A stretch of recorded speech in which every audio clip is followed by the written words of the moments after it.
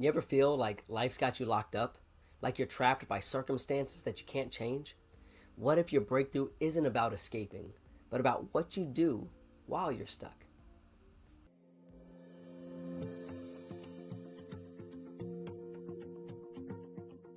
Welcome back to the Daily Lift. In Acts 16, Paul and Silas had been unjustly beaten and chained in the inner prison.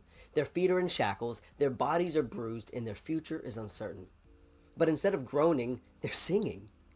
The Bible tells us that at midnight, Paul and Silas were praying and singing hymns to God, and the prisoners were listening to them. And suddenly there was a great earthquake, so that the foundations of the prison were shaken. And immediately all of the doors were open, and everyone's chains were loosed. Think about that. They weren't just enduring this harsh and unjust treatment.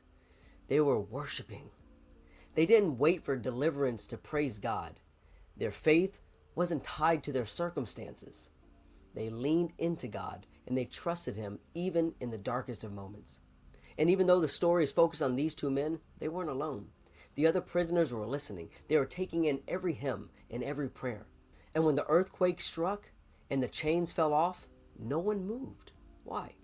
Because Paul and Silas had shown them that true freedom isn't about escaping prisons. It's about resting in God's presence, even in the darkest places. How often do we tie our joy to our circumstances? When life gets hard, it's tempting to retreat, to complain, or to give up. But Paul and Silas remind us that our faith should sing even in life's prisons. It's in those moments of praise during pain that God's power shows up most wonderfully. And it's not just about us. There are always others watching us. Our kids, our coworkers, our friends, they're learning from how we handle life's challenges.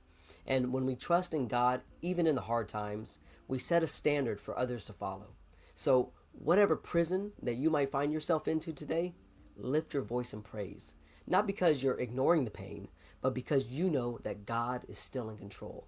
He's still shaking foundations and He's still breaking chains. So sing your prison songs, rely on Him who brings true freedom, and as always, go lift somebody up.